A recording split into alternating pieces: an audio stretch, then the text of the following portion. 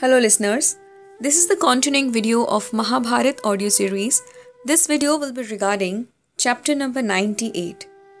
It's about Yudhishthira comforted. Yudhishthira's pain of mind increased every day as he thought of all the kinsmen that had been killed. He was stricken with intense remorse and decided he must give up the world, go to the forest and do penance to expiate his sin.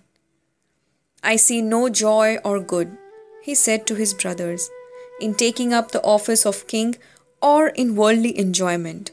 Do rule the land yourselves, leaving me free to go to the forest. Arjun talked of the nobility of family life and all the good one may do without taking sannyas.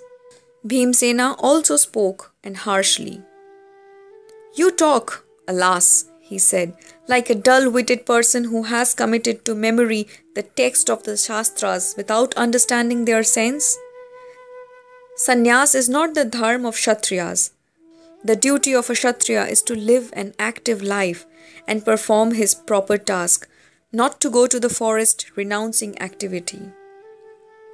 Nakul also contested the propriety of Dharmaputra's proposal and insisted that the path of work was the right one to follow, and the way of sannyas was beset with difficulties. Sahadev also argued likewise and entreated, You are my father, my mother, my teacher, as well as brother. Do not leave us, bear with us. Draupadi also spoke.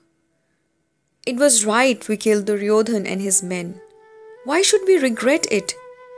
Among the duties of a king is included the inflicting of just punishment.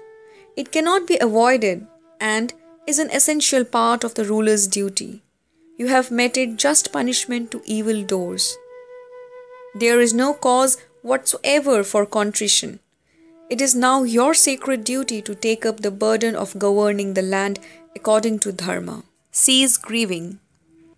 Then Vyasa spoke to Yudhishthira at length and explained where his duty lay, pointing out precedents and persuaded him to go to the city and take up the burden of ruling the land. Yudhishthira was duly crowned at Hastinapur.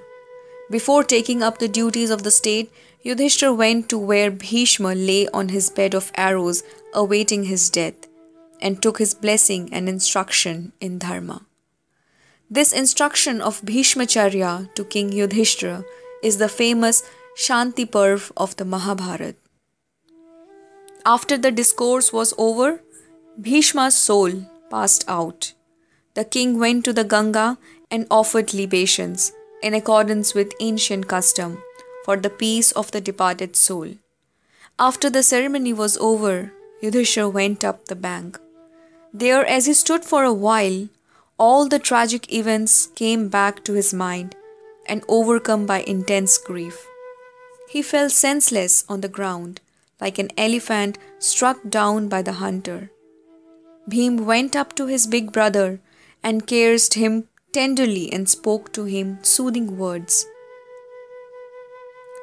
Dhritarashtra also came up and said to Yudhishthira, You should not grieve like this. Arise, and assisted by your brothers and friends, reign over the kingdom that awaits your rule. Your duty now is to do what appertains to the office of king. Leave grief to me and Gandhari. You achieved victory in battle in accordance with the dharma of warriors. The duties appertaining to that victory await your attention now. Fool that I was, I did not pay heed to the words of Vidur and committed a great error. I listened to the ignorant words of Duryodhan and deceived myself.